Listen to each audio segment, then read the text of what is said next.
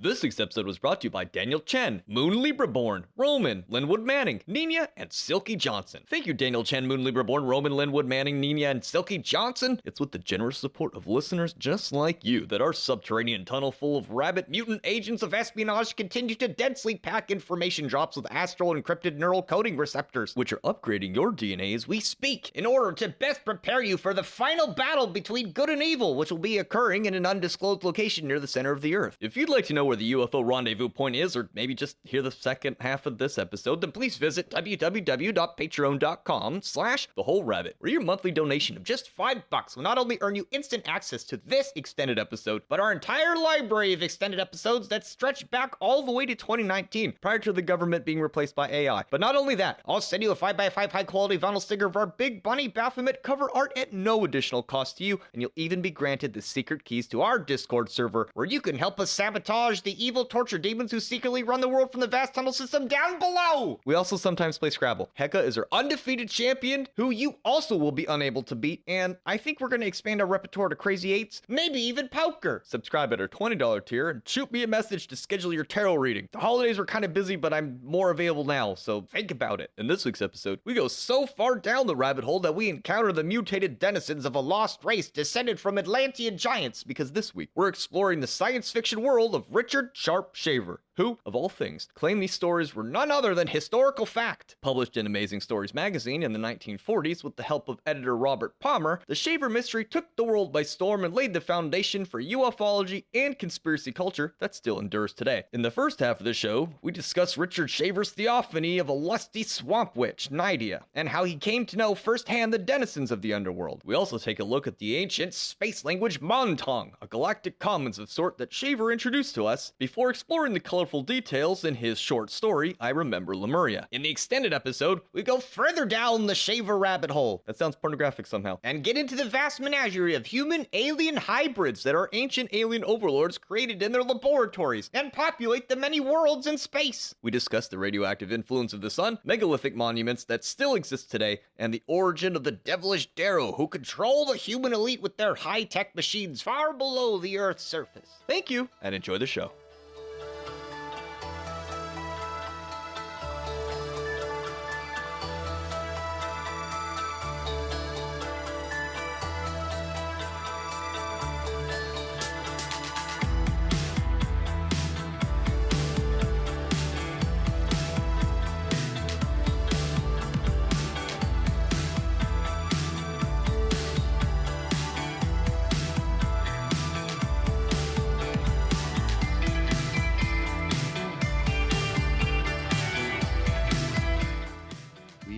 Have you heard about the elevator conspiracy? No.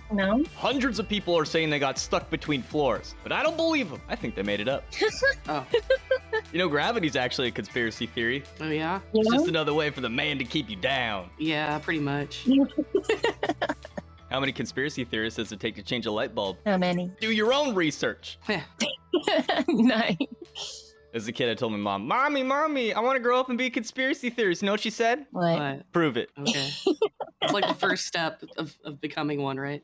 I like these. Hello, everybody, and welcome to The Whole Rabbit, where we don't just attempt to recruit you to our subterranean grove of rabbit warrior spies possessed of extra-dimensional technology and an array of semi-sentient satellites we use to beam to you this show as a pink ray of living information. Nay, we also provide an in-depth history regarding this ongoing galactic conflict we face, as outlined in the prolific writing of the science fiction author and mad prophet of the apocalypse, Richard Sharp Shaver, and his breakout hit series that appears in Amazing magazine back in the 1940s dubbed The Shaver Mystery. I'm your host, Hack Rabbit, also known as Luke Madrid. I'm joined this week by the doggy decimator of the Dero, Mari Sama. The Lord of the Ancient Laser, Malachor 5. Hello, is this Taco Bell? I want to make a reservation for the chalupa party. Is that you, Sir Mix-a-Lot?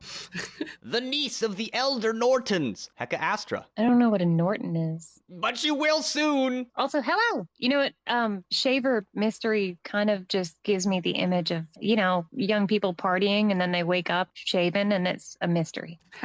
It's the Dero. That's what they do. It doesn't help that his middle name is or his nickname is Sharp. Some Sweeney Todd vibes there. Wait, what's his first name? His middle name or his nickname is Sharp. So it's Well, like his first Richard- name is Richard. So Oh he no! talks about Oh this. no! Yeah, so he's Dick Sharpshaver. Ugh.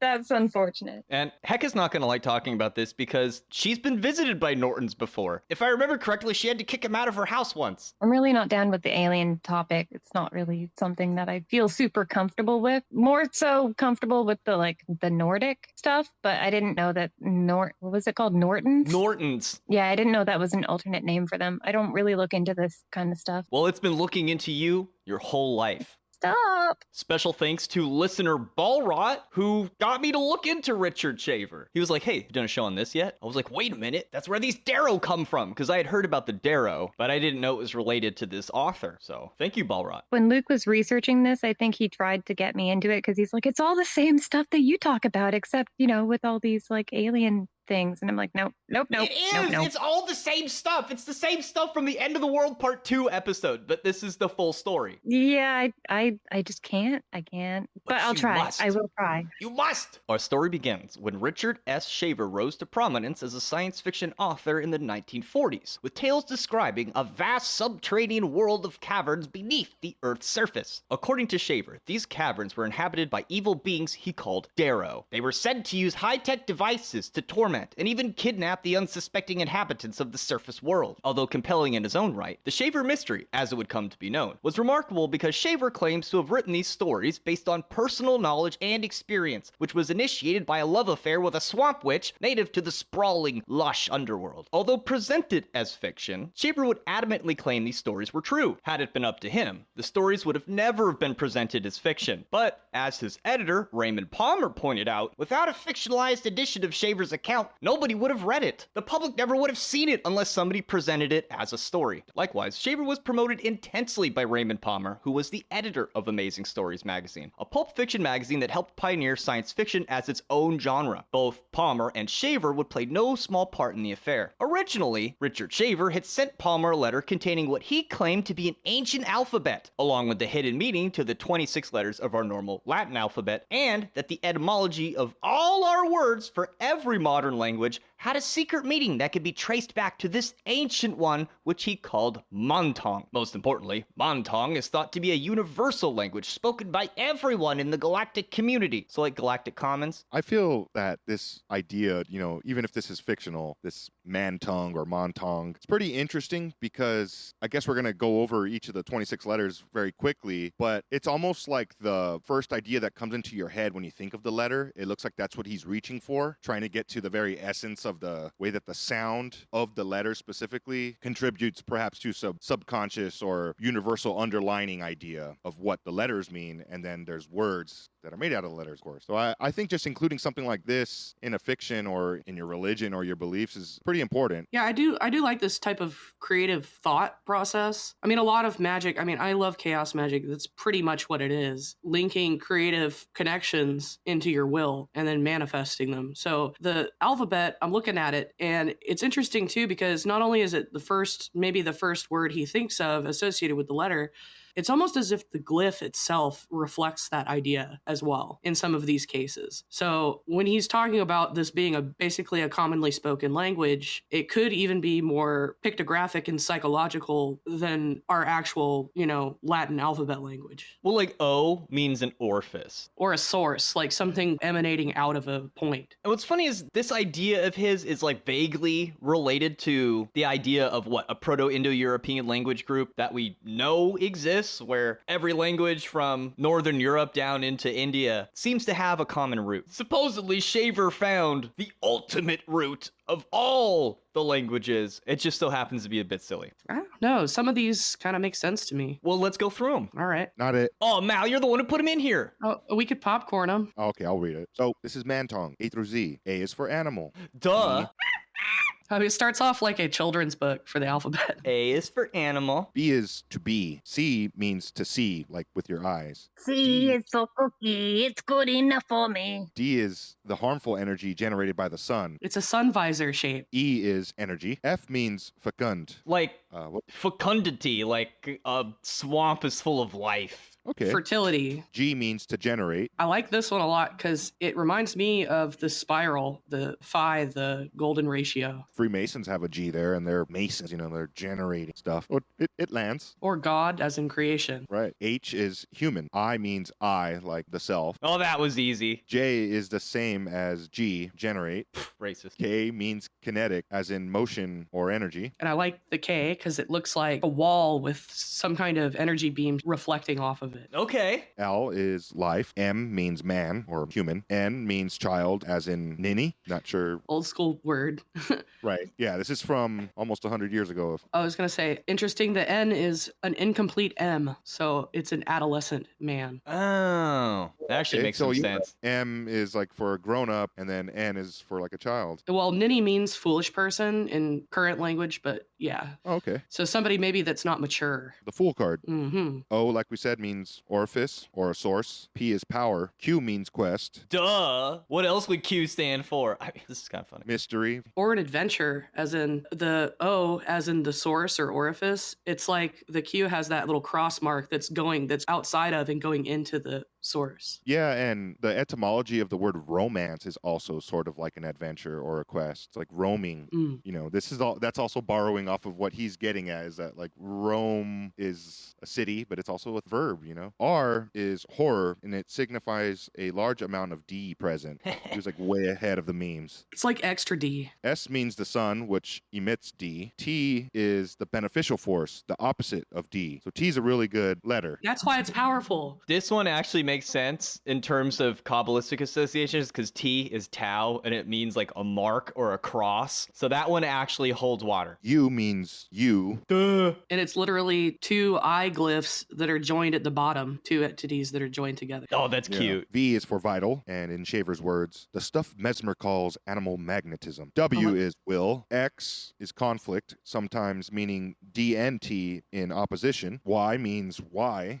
Classic. Z means zero, or when T and D cancel one another out. And I was just like thinking, like, what does the whole rabbit mean in Mantong? Or maybe just TWR? And T is integration or the growth force, like the growing force. W is will, and then R is the dangerous letter. It's the dangerous quality of disintegration. So T is integration and R is disintegration. With will in the middle of the two, I was like, so it's like a balanced will then? Whoa, dude, that's cool. That's like right in line with the mini age of Aquarius, actually. Well, it's a perfect representation of what the Baphomet is supposed to represent, which is funny that it just so happened to work out that way. So my name is man, animal, horror, me.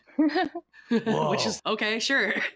And then I have the longer version of it, the full, like not just TWR. So it would be growth, human energy, will, human source, life energy, disintegration, animal, to be the self, growth. Whoa. That's really cool. That's strangely accurate. I was like, oh, that's cool. It's like an animal trying to become a human or something.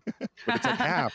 It's like a Baphomet. Solve coagula. You know, it's funny, the B for bunny. In Egyptian, it's un, and that means to be. So that one works for us too. Even the name Montong sounds like man tongue. This is the tongue of man, the language he speaks. You got two O's. It's like mouth, two mouths talking. I mean, just off of this Mantong alone, you can go down many rabbit holes. And people did. In fact, it would be this submission of Montong that would kick off a lengthy correspondence between Shaver and Palmer, who would publish the letter in Amazing Stories in January of 1944. Palmer was hooked and wanted more, though. He could just tell this was going to be a hit. In response, Shaver sent a 10,000-word manuscript titled A Warning to Future Man. This would come to take the science fiction world by storm, but first, Palmer needed to make it palatable for the audience. He was writing for a fiction magazine, after all, and he had to transform this deadly, serious, straightforward manuscript of Shaver's into a fictional tale, complete with characters and dialogue, action, romance, and a three-part structure with a beginning, middle, and an end. By the time Palmer completed his edits, the manuscript had ballooned to 31,000 words, almost 3 times the length of the original. So really, I Remember Lemuria, and most of Shaver's work is a bit of a collaborative project, you could say. Because originally, Shaver was just like, and this, and this, and this, and this works like this, and this is that, and that's why we're all screwed. Ooh. And Palmer's like, can you put some titties in it? Because that's what I think science fiction was back then. Softcore porn.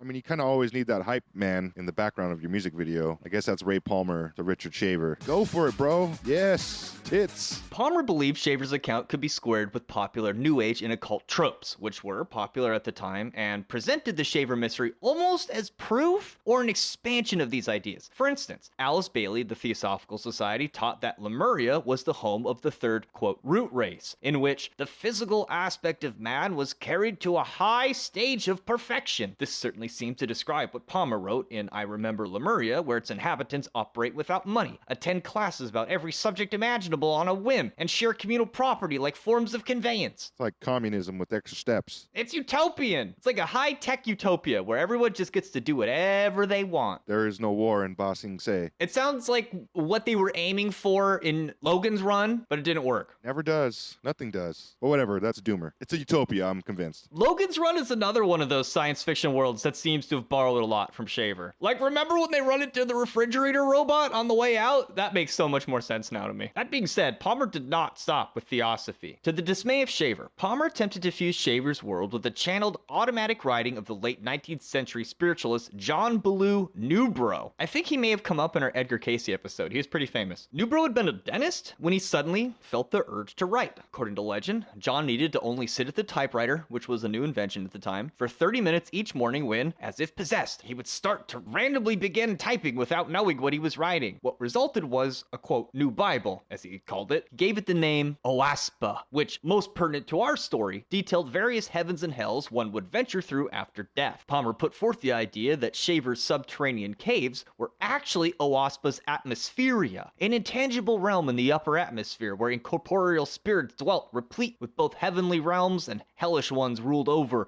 by God, who, although not the ultimate creator being, was tasked with overseeing the heavens as a sort of temporary office of divine government. So God is like middle management in this universe, with term limits. Palmer declared that Shaver's Dero and Dero were identical to the good and evil spirits described by Oaspa. The seemingly contradictory merging of heaven realms and the subterranean ones was because Palmer was quick to assume the domain where Shaver's stories took place was more astral than physical, a tenuous psychic dimension, rather than a manifest one under the earth. And if you were paying attention to the Mantong part of this, the T and the D are the Teros and the Deros in all this. So that's the two forces of good and evil, essentially, one side of each coin. They're the balancing force. It's like Dark Crystal. Yeah. The Teros with the T are the good ones. The Deros are the bad guys. We're going to talk about that some more later, but... Gexies. The important thing for Palmer is that he's presenting this as something that might be astral, metaphysical, maybe happening on the mental plane, perhaps accessible from the physical one, but non-corporeal nonetheless. Shaver strongly disagreed with this approach, who, prior to his strange experiences, had been an atheist materialist, and still essentially was one, except now there was a practical explanation for all the spiritual phenomena claimed by the peoples of the world, which, to him, amounted to little more than a smokescreen for the terrible truth which he had the awesome burden of delivering to a naive and brainwashed public. Palmer, who would continue to claim wholeheartedly that he believed Shaver, came to the practical solution to borrow a popular idea from modern esotericism and present the outlandish tale to audiences as a faithful, true account of Shaver's, quote, racial memory. So Shaver's like, no, I remember this. Myself, I went and I saw these caves and I met these people. And Palmer's like, well,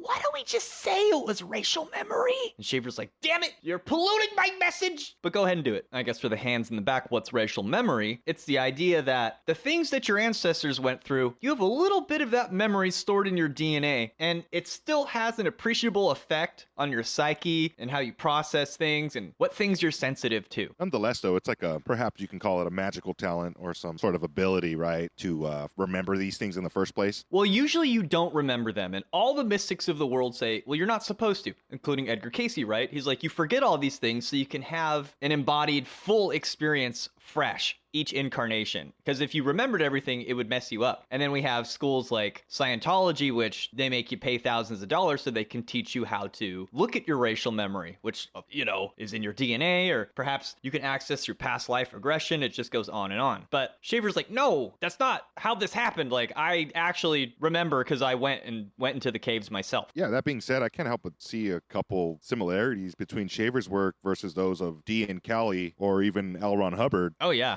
right? Shaver's man-tongue language and its focus on each letter holding its own meaning that is a secret, separate meaning from the word itself. This reminds me sort of how Enochian magic is to be understood, specifically the names of the spirits or the keys or the calls, right? The actual things you're saying. It's the same with hieroglyphics too. Right. Well, it's funny you bring that up because we went and watched that Polk Runyon film, Beyond Lemuria, I think it's called. Right, and it's kind of like a sequel to this, right? It's like all these OTO dudes, Lon Milo Duquette, making a fanfic sequel to this whole thing. It's unbelievably silly. And if you want to know why we like occultists like this, all you would need to do is watch Beyond Lemuria, and you would immediately see what type of people these are, because it's so silly it hurts. But my point is, you've got these like pretty well-established, accomplished magicians who came together and they made this like funny, almost a mockumentary, like a fiction sequel, as Mal was saying, to the Shaver Mysteries. But in their universe, because they're ceremonial magicians, they don't use Montong, they use Enochian, and they assume that the language of John Dee that he received from the angels is in fact Montong, and Montong is Enochian. They're the same thing because it's the fallen angels. And who are the fallen angels? It's these people underground. Especially how you were just explaining, Shaver would just start writing like in a trance. Well, it's funny you bring up Dee and Kelly because it always has this pairing of like the career person who has something to lose and then like the scoundrel, you know? Ray Paul and Richard Shaver, right? You know, and that, yeah, Shaver's the scoundrel. So. And then the fact that Shaver was a fiction writer in magazines, just like Hubbard, is sort of something to take note of, right? Yeah, using science fiction as like truth, you must believe this. Then, you know, these two writers would go on to admit or try to convince people that their fiction story is actually true. And, you know, I guess the same could be said about Christians. That's a nuanced issue. Shots fired. Which then causes a huge following in one way or another, right? For L. Ron Hubbard, it was an actual religion, and for Shaver, it was conspiracy bros and comic book fans. Well, actually, the comic book fans were kind of miffed about it. I think maybe people just don't want to use the term shaverism. In fact, presenting the story as truth caused considerable backlash, specifically from the science fiction community. Then when the owner of the magazine, Ziff Davis, found out, he too was absolutely furious, and he would have fired Palmer on the spot if he had first not tasked him with retracting the story in the very next publication. His tune would change, however, when Palmer, having been thoroughly excoriated, made a gamble and asked Ziff Davis to call their circulation director to see how the magazine was selling. It had been a gamble because Shaver had assured Palmer prior that he would communicate with the cave people, who would then use mind control rays to influence the situation to sell more copies. And this would be necessary because, after all, Palmer had told Davis that he would willingly pack up his desk and never return if the sales did not increase. This was pretty ballsy as paper was being rationed due to war and there was limited stock. And because of that, the magazine was pretty much expected to sell out. There were only so many copies and they always sold out. But when Davis got the circulation manager on the phone, he learned that not only were copies flying off the shelves, they were doing so in greater numbers than ever before. Based on what he had described as a hunch, the circulation manager had, all on his own, without contacting either Palmer or Shaver, suddenly decided to increase distribution of this particular edition by 50,000 copies.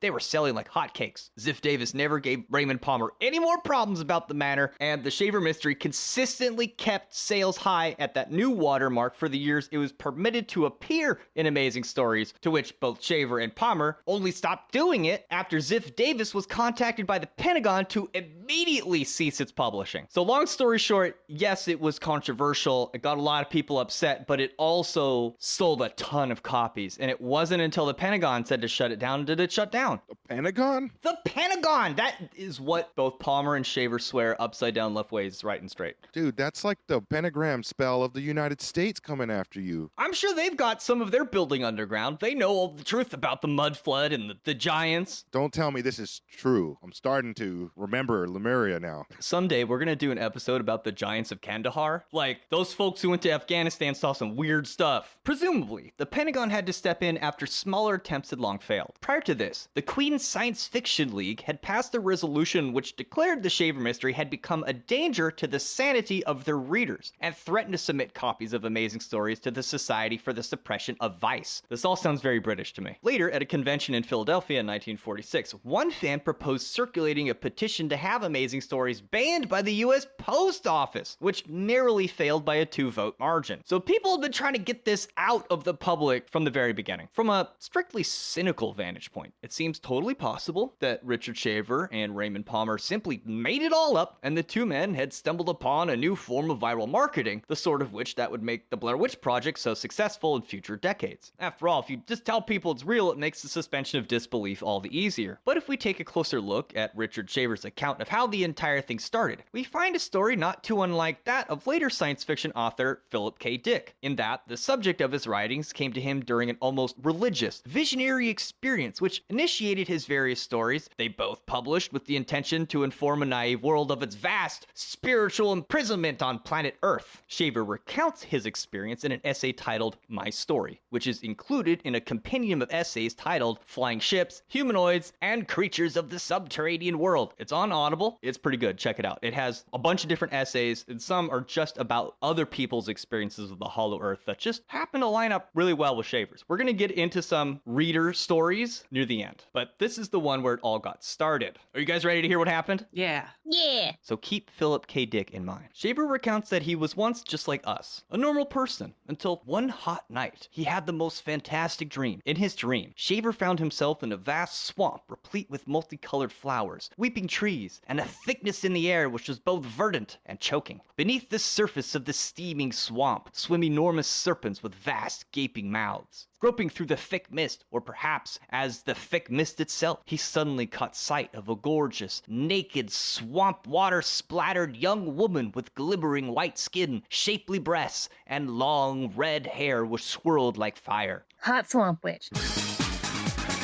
Down. Wood. Her name was Nydia. It seemed like an automatic knowing which accompanied her presence. Nydia, after all, seems to require no introduction. No more would she preside at the hidden festivals of the Dark One. Time when she was looked up to as the receptacle of the law of the ancients was gone. Now the Dark One, whom she had served so long, was called a devil, and his servitors were hunted as witches or sorcerers. But his journey through the Underdark had not finished. No longer as mist, Shaver remembers feeling as a man again, turning a corner and walking through a mysteriously empty street with gloom described as thick and vicious, filled with a summer sensuality. Then before him appeared the face of Nydia, which he followed, a sensual feeling suffusing the air, giving the impression of feeling the very thoughts of the vast subterranean city. Overwhelmed with the sense of strangling, coiling caresses beginning to subsume him, he followed the husky, luring whisper of Nydia. Then, before his eyes began to dance in orgiastic chaos and ecstasy, the naked body of every woman he had ever loved or craved, each reaching and grabbing wantonly, wet skin writhing with desire, and each bearing the beloved face of his night witch, Nydia. When Shaver awoke, he laid there for a long time. Dawn slowly crept into the room, and his mind was utterly transfixed with wonder. Who was this Nydia? Shaver recounts that prior to his experience, he felt as if people and priests were lying or mad when they claimed to see angels or speak to God, when they heard voices they could not explain, or claimed that they had become the victim of a hex or a jinx. But there was something about this lush, terrible dream which had suddenly changed all that. Shaver had fallen helplessly and totally in love with this swamp witch Nydia, and his mind scarcely had a way to comprehend it. Shaver thinks this may have been, at least partially, initiated by some research he had been doing into a medieval Spanish witch dubbed the Watcher. I tried finding who he was referring to, and I was not successful. In his sleep, Shaver had apparently begun thrashing about and spilled his chamber pot on the wooded floor, leaving a wet spot of about 6 feet long and 3 feet wide. But by the time he awoke, the sun had come in through the windows, and it was clear to see that the puddle had since dried, leaving behind what he described as a vivid photograph of the witch, the same one he had just dreamt of. As bonkers as that sounds, Shaver thought that because the silver salts could be made to do the same thing in a similar way under different conditions, that something like that must have happened here. So, like, dude spills his pee jar. In modern terms, that's your empty Coca-Cola or Pepsi bottle next to your bed, you filthy animals. I'm happy that you're happy, but the place where you're supposed to have the toilet paper, you got this little shelf with 3 seashells on it. and he spills it all over the floor. Yeah. Doesn't clean it up. No. Sun comes up, he sleeps in, dries up all his urine into salts, and then he's like, oh my God, it's Nydia, the swamp witch. Look, he didn't notice he spilled it. He just woke up and it had already been dried. It just so happened that it had a photographic exposure of the swamp witch. It's too funny. It's too funny. It's like a much grosser swamp witch version of a theophany, like the one that you had, except way more comical. It's like, well, yeah, you didn't just see me manifest out of a swamp, right? Like any other summoning sequence, you wouldn't have this happen. You know, if she came out of the sky with like Pegasus, this would be uncalled for. But, you know, the fact that she's a swamp witch, it's like... Yeah, to be fair, I mean, but how do you think a swamp witch is going to manifest? Probably through your urine. I woke up with throw up all over my shirt, nacho cheese from Taco Bell all over the place, and she just comes out of that shit. You know what, though? I'm going to go out on the suspension of disbelief limb here and acknowledge that theophanies can come in any flavor, including Swamp Witch. You know, some people think pee is the Philosopher's Stone. Maybe this is why. This is how you catch a picture of a swamp witch. All you folks from 4chan that are looking how to make a succubi girlfriend? Well, now you know that you get a picture of her with your piss. Gather the salts.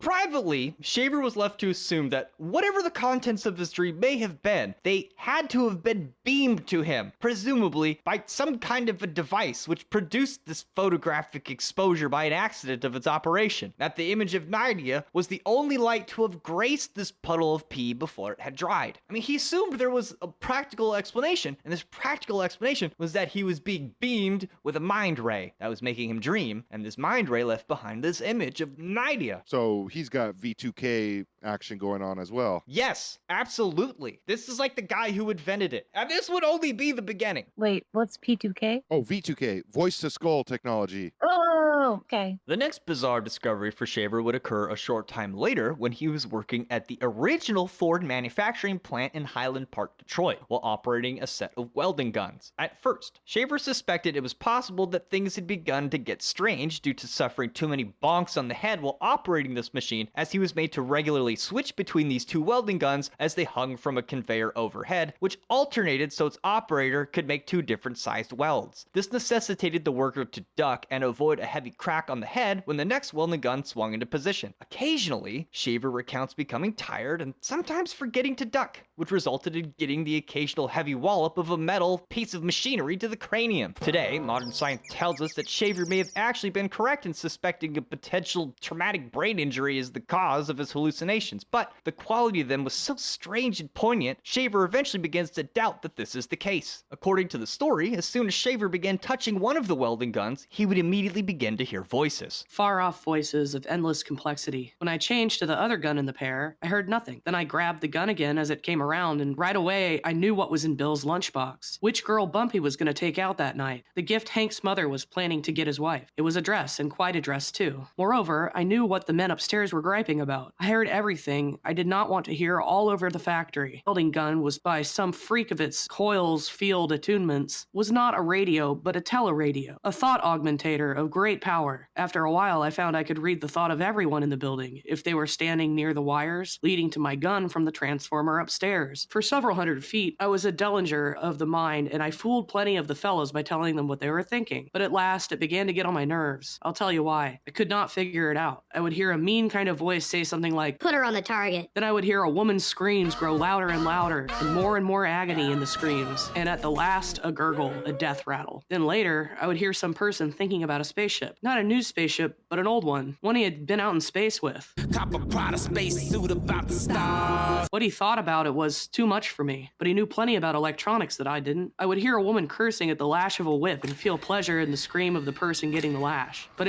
it was also mad, but I kept hearing such things over and over. It got on my nerves, so I quit. I quit and went on the bum. You know, it's like, I tell a tweaker, put the pipe down. It's like, Shaver, put the welding gun down, sir. Shaver figured that if this was the sort of thing psychics would hear while working in America, then he would be better off bootlegging liquor to Canada. But like most smart guys, he says, it was only a matter of time before he ended up with a set of iron bars around him. This, he claims, was none too terrible until suddenly he began to hear the voices again. Thinking he had gone nuts, Shaver kept it to himself, but the intensity only increased as the voices turned to mocking laughter, accompanied by terrible pains all over his body. This intense pain that you're talking about, that also sounds like what Kelly experienced when the angels were like, oh, dude, you didn't do your homework? You didn't learn the language? Well, we're just going to force it into you now. That's true. Oh, like if the filters are too far off, then absorbing all of the information actually becomes painful. It's like our threshold is so small that we can't take it all at once. Well, if you want to go full skeptic, maybe there's a biological reason that precluding a big religious feeling experience, you go through something negative like this first. I don't know. Just for the skeptics in the audience. Well, I mean, that's what the tower card represents. It's all part of the process. You have to, if you're really going on a journey, you have to experience the loss of something. It costs. It's equal exchange in alchemy. Nothing, you can't. It's just the way it is. I mean, there is that transaction going on between those two cards because the tower is supposed to represent our achievements. We're building up to heaven, then they fall out of the tower, right? The next card, it's the star. You got a big puddle of water. Instead of like building up to the heavens, you just look in the puddle of water, and there the heaven is in the puddle. It's piss now. Perfect. So he continued, the pains got worse. Finally, I knew what it was, but I did not believe it. It was people living in caves under and around the prison. And the people's kids like to torment us prisoners. Not just pester, but a real, genuine torture, done with some kind of x-rays. At last, I got mentally used to knowing this because eventually I got wise to the other sufferers of the unseen rays, and we would get off in a corner and discuss the thing, so I did not feel so nuts after all. We knew something was very wrong about ordinary people and their idea of what the world was like. I realized that modern science must have developed a lot of secret things that rich people had got a hold of and were keeping from the common people. Yeah, exactly. I finally was quite sure I knew all about the crooked secret ray business, but I was wrong. How wrong was the idea that modern science was responsible for my misery? So he at first thought it was the prison doing it, and they had let their kids run around in the torture ray room, but he was wrong. Shaver recounts that during this torture for 2 years, which of course felt like an eternity. Then one day, everything changed. He described it as the best thing that ever happened to him. Instead of evil torture beams, an opposite feeling took over, and he was left to assume that whatever or whoever had been operating the machinery had suddenly been replaced by another more benevolent party. I learned that for every pain ray, these secret people had a dozen infinitely pleasant rays. They called it STEM, and it woke me up every morning with floods of the most delicious sensations on Earth. How could I best describe STEM? Well, it's like a young girl's kiss augmented by a magic to 1,000,000 powers. One of the young ray people was a girl who seemed to fall for me. She especially dished out this STEM ray to me. There was no value on Earth as great as STEM love. Oh god, dude. It's getting a little raunchy here. Her name was Nydia, the same girl of my dreams. Our love became a great overpowering force that ruled us both by day and by night. But of course, I would have been merely mad and dreaming until one night about 1 a.m. my cell door opened. That sounds like a title to a clickbait video. And it sounds like he's in a sex dungeon. He is. Yeah, I mean... It's so hot. Also, I found people in the prison that also hear the voices and feel the pain. And it's like, back in the day, they probably just threw like mentally ill people and schizophrenics in prisons. They still do. So it kind of makes sense. Dude, where do I find that welding gun? Well, bro, it might be a placebo because he continued having the symptoms after he quit the job. Look, I had this happen to me, except I just didn't assume it was some subterranean swamp woman beaming me. But the sensation was exactly what he's saying. It just like didn't a go lolly on. Kissing you 1,000,000 times. That's how I described my Sophia experience. It was exactly like that. Hot, fiery kisses from this like otherworldly, divine feminine force. I just didn't think it was a physical person like he did. So now I'm the crazy one. I mean, this stuff happens. That's my point. I mean, my experience with something like this, it was just a giant red star, and I just kept approaching it from far, and eventually everything I saw was red in front of me because it was so massive, but I wasn't even close to it, and I got really close to the red, and I walked through the red light, and it was pretty awesome, and like that was Babylon. It was like this sexual energy. It was awesome. You interpreted that as like, oh, this is some high-tech beam being shot at me. It's like that. I mean, I was traveling in space. It was very much an astral projection kind of experience for me, and I was just going farther than I ever went before, and I found the biggest, reddest star and touched it and went through it, and it like changed me forever, that experience. Like I was crying and maybe I pooped myself. I'm just kidding. But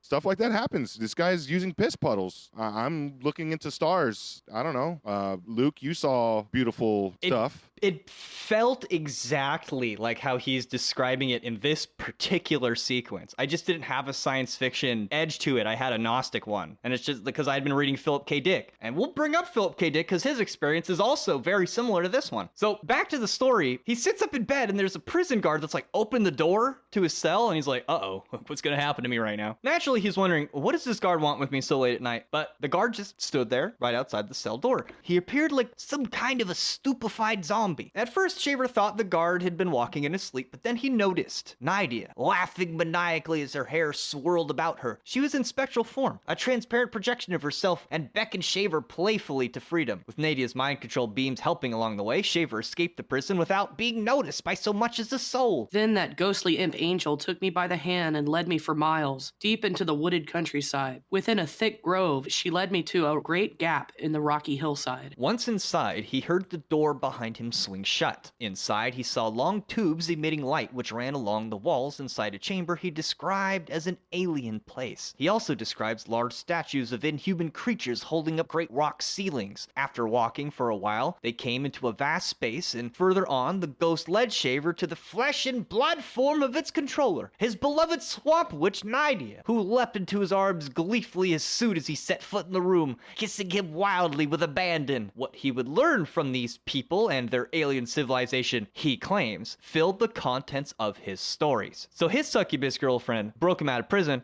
and wasn't actually a succubus girlfriend, it was his subterranean, physically embodied night witch girlfriend person. How about that one? Yeah, who could project herself and actually with physical objects. That's crazy. Pretty great. I mean, it's true love if, she's full with the pee on the floor, I guess. Broadly speaking, this seems to establish, at least for Shaver, the inhabitants of the secret world that live in the underground are composed of primarily two groups, which are broadly categorized as Dero and Tero. As I mentioned in the intro, one of my motivations for doing this episode was that I had heard about the Dero being in and around Mount Shasta for years. Yeah, it's weird. As a fellow California boy, we hear strange shit about Mount Shasta Constantly. in the state. It is well known. And like if you want to go on a little spirit journey, that's a popular place to go. If your crystal waving aunt is like, let's go to the magical Mount Shasta, you're like, let's go. Apparently there's like a hologram entrance into a military base in the side of that mountain, according to Dr. Stephen Greer. Oh yeah, I heard about that. That's what Stephen Greer says. You know what the hippies told me? They said it's an intergalactic spaceport for UFOs. Yeah, well, that's U.S. government's controlled now because it's Earth, it's Terra, Emperor of Man 40K stuff, whatever. It's our portal, all right? But I heard it's the root chakra for the Earth. Oh, the butthole? Yep. Oh, I find it funny that like tarot sounds like tarot. It does.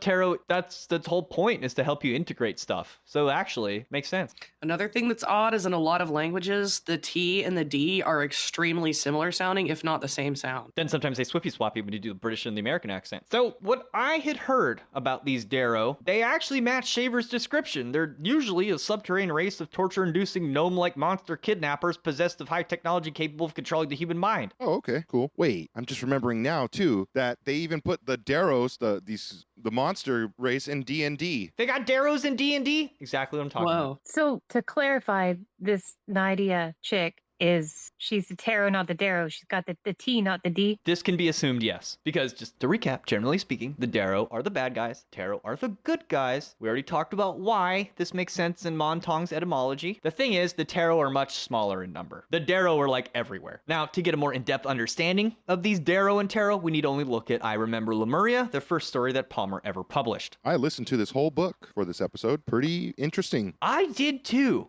Reads a little bit like furry porn. In I Remember Lemuria, there's actually quite a few races living in Shaver's underworld, but what we would consider a normal Homo sapien is what is baseline across the galaxy. Which is actually awesome. I'm able to go everywhere, it seems. Pretty much. Like, you wouldn't look alien to an alien. Sweet. I could bang them? Sweet. Yes, there is so much alien banging in this universe. Or maybe there's not, because it's hard to say, because it seems like a lot of the reproduction goes on in a laboratory. Lame. Try everything once. Now, to be fair, I think that might just be the production of babies. I think, like, humping, I think that's like everyone's doing that. I think it's assumed. I mean, that's why you get your own ship, right? You could bang on your own ship. You know what? Shaver actually addresses some of this issue in his letters. We'll get to it. He explains exactly where sex falls into this whole thing. But like the whole created in God's image, right? Very similar idea here. That no matter where you go in the galaxy, the human form is the form. That's the form that God gave us,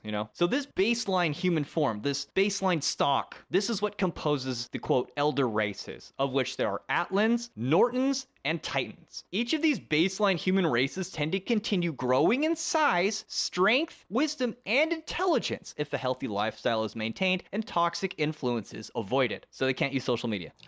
In Shaver's universe, we humans are subjected to so much toxicity in our environment that we begin to die as soon as we reach maturity. In more ideal conditions, this would not be the case. This means that as a healthy life form grows in age, it continues to advance in both physical size and consciousness. Eventually, these elders move on to much larger and remote planets, migrating further and further into the void, exerting ever more powerful, subtle, and incomprehensible influence over the cosmos. Like in Watchmen, the blue guy. Yeah, he gets bigger. And he has to go further away, right? Yeah, to Mars, yeah. There's male frontal nudity in that movie. No, he's wearing underwear in it. Underwear that looks like a giant penis. Well, in the book, you can see his CGI dick all the time. CGI penis don't count, I guess. So, Dr. Manhattan, I think his name is, that's the ultimate spiritual destiny of humans under ideal circumstances of incarnation. It doesn't always work out that way, like in our case, but, you go back in Bible times, everyone's eating turmeric and avocado toast, and everyone's all healthy, wearing metal-free deodorant, and they can live for like 800 years. Yeah, that's what I was about to bring up, is that people in antiquity, and before the flood, apparently, They smelled. way longer. They smelled because it summons the swamp witches. That's a good thing. They didn't put deodorant on or shave or nothing.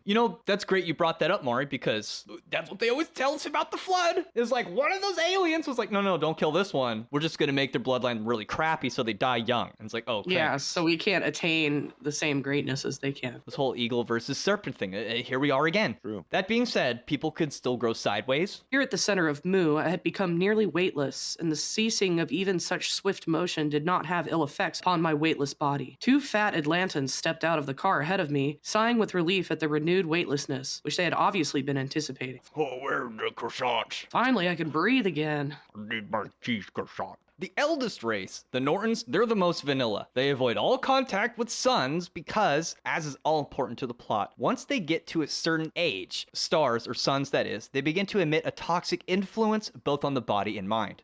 This makes sense because apparently the UV rays, the death rays that come from the sun, basically cooks you and destroys your genetic material. Which it does. And it's true, if you've listened to me talk about Dan Winters and Vincent Bridges, even Hecka has been recently going on about the sun's, attacks on our planet. Yes! That these nerds are saying, if our DNA, I mean, there's some truth to this wacky part of the story. The sun does hurt. Yeah, traditionally it's seen as life-giving, but It is. he makes a point. It's scientifically a fact that the radiation from the sun, even though the atmosphere protects us for most of it, it still gets into our cells and DNA and like messes up for us. Yeah, it's kind of dualistic because it's life-giving, but it also deconstructs genetic material on a cellular level. Yeah. I mean, it's kind of like a roll in the dice. We don't know what we're going to get hit with, what it's going to do, depending on its intensity. It's okay for life to change and for evolution. That's just part of our solar system. Though, if the sun wants to do it, we kind of can't stop it. It's just nature. You ever see those old yearbook photos where they're like, how come these people look like they're 30 in high school and then our kids look like they're in high school? And then some people are like, it's because they're not in the sun. No, the sun's getting older and projecting more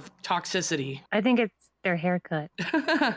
Also, they don't eat seed oils. No, like back in the day, they looked older than we did because they spent time like surfing and hiking and playing baseball and walking around outside and at the farm. I get what you're saying. And us, we just sit in front of a computer screen. You know what the answer is? It's mushrooms. Do mushrooms. You can actually get a lot of vitamin D out of mushrooms, especially if you actually put them in the sun to dry. They absorb more vitamin D, so you can indirectly consume high quantities of vitamin vitamin D through mushrooms without being damaged by the sun. The shrooms, man. But D is bad. What about vitamin T? Maybe they should just rename it.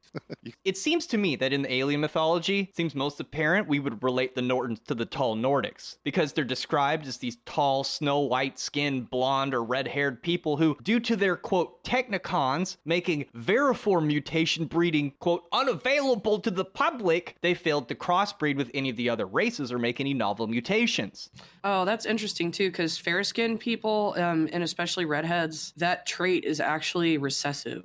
It says in the text that they don't ban the mixing of races, they just haven't released that technology to the public, and when they hump, they're not fertile without their technicons. Does that make sense? Okay, so Warhammer 40K, the space stuff. Yeah. There's the society on Mars, right? And they're like super techno. They're not Earth, but they are allied with Earth because we're in the same solar system almost. Like, that's how advanced this society inside of the Earth is that like they're probably growing every life form in a lab, like you said, right? So this whole genetic and, you know, there's not even a racial thing about it because they're just there's not even a relationship. It's not even interracial or anything. It's like, well, we'll get to that because they do all of the genetic diversity on Earth. But these Nortons, they're like off in some distant star system, or maybe even a place without a star because they don't like stars. They try and stay away from suns at all costs. So they're like purely subterranean on whatever planet they're from.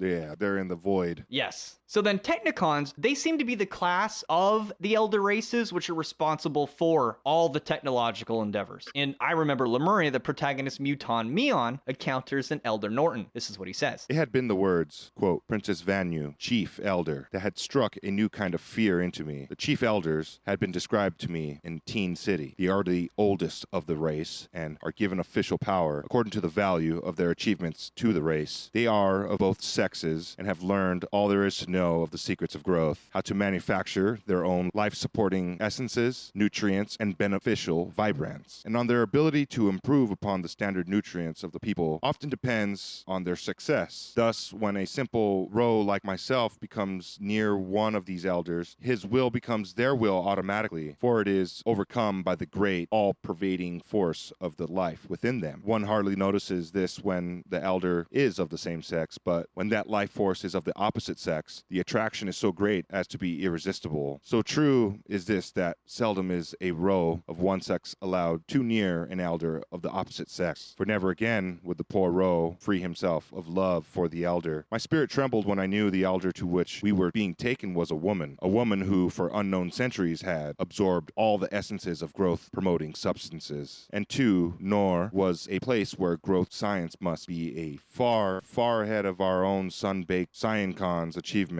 Never would I be able to free myself of the spell that woman force would cast upon me. It sounds a lot like he wants to be stepped on. It's true. Like Princess Vanu is like this 80-foot tall, blonde Nordic girl, and it's the first of the really big elders he meets. And like when his party meets them, they're like bound to her. They're like, oh my god, I just want to touch your perfect feet. You know what I mean? And like ultimately, I think this describes how natural government seems to work in Shaver's universe. More advanced beings are possessed of greater animal magnetism, which when tempered with compassion, wisdom, and discipline, results in the ethical domination of lesser life forms through ecstatic devotion and mutual respect. I think I had a dream about one of these guys once. I also get the impression that this is some of the horniest science fiction out there. I mean, a broken record here again. In One Piece, there's a character named Boa Hancock, and the devil fruit she has is that the second you fall in love with her, she can make you turn to stone because she's like a Gorgon lady. The devil fruit has that power. And if she doesn't choose to turn you to stone, you're just so in love with her that you will do whatever she says. Yeah, like my dream, giant woman, this beautiful like nature setting, and like I fell into her hands, and I just felt like complete ecstasy and happiness and joy as she ate me. Yeah. Like, oh no, I'm like, instead of, oh no, I'm gonna get eaten and killed, I was like, oh, please eat me. And, you know, like, it was weird. Yeah, it's almost like this character in One Piece has this powerful animal magnetism ability, and to, you know, quote Luke, you know, ethical domination of lesser life forms. What is that even?